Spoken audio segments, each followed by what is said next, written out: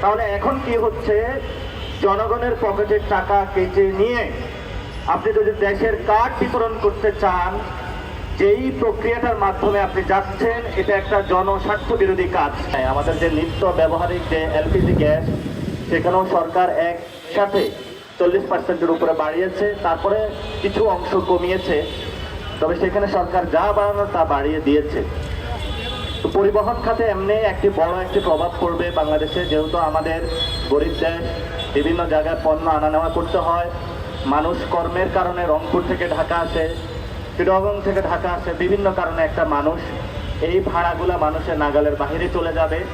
আমাদের যে পণ্য ব্যবস্থা, সেই পণ্য ব্যবস্থার উঠানামার যে সাপ্লাই চেইন রয়েছে, সেখানেও দাম বৃদ্ধি হবে।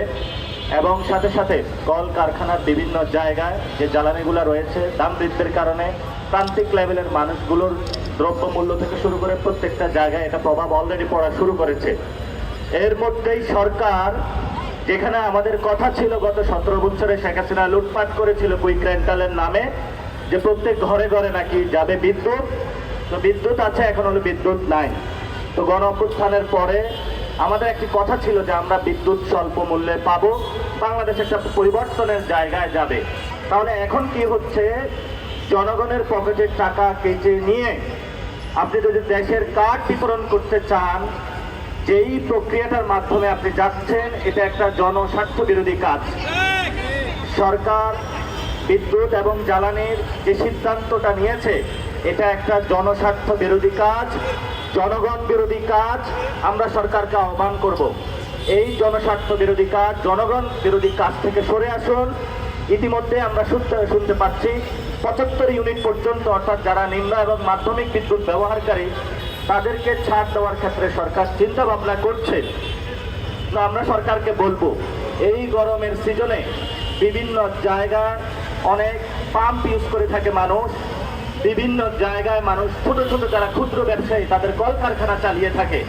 তো আপনি শুধু হিসাব করলে হবে না, একটা মানুষ বাসা বাড়ির যে বিদ্যুৎ ব্যবহার, তার উপরে সার্বিক মূল্যে আমাদের যে বাংলাদেশের ব্যবসায়ী জগৎ গত 17 বছরে হলো এটাকে পঙ্গু করে দেওয়া হয়েছে। শুধু বেক্সিমকো, অ্যাসালাম ছাড়া আর কেউ কোনো বাংলাদেশে হলে ব্যবসা করতে পারে নাই। আমার আপনার মতো যারা তরুণ যুবা রয়েছে, তারা 17 বছরে কোনো ব্যবসায়ী কলকারখানাও খুলতে পারে নাই, নতুন করে তাদেরকে কোনো ঋণও দেওয়া হয় নাই। এই সময় তারা আশার বুক বেঁধেছিল যে এতগুলা রক্তের পরে আমরা বাংলাদেশে নতুন করে ব্যবসা সাজাবো, ব্যবসা করব, ছেলে মা বাপ একটি শান্তিতে চলাফেরা করব।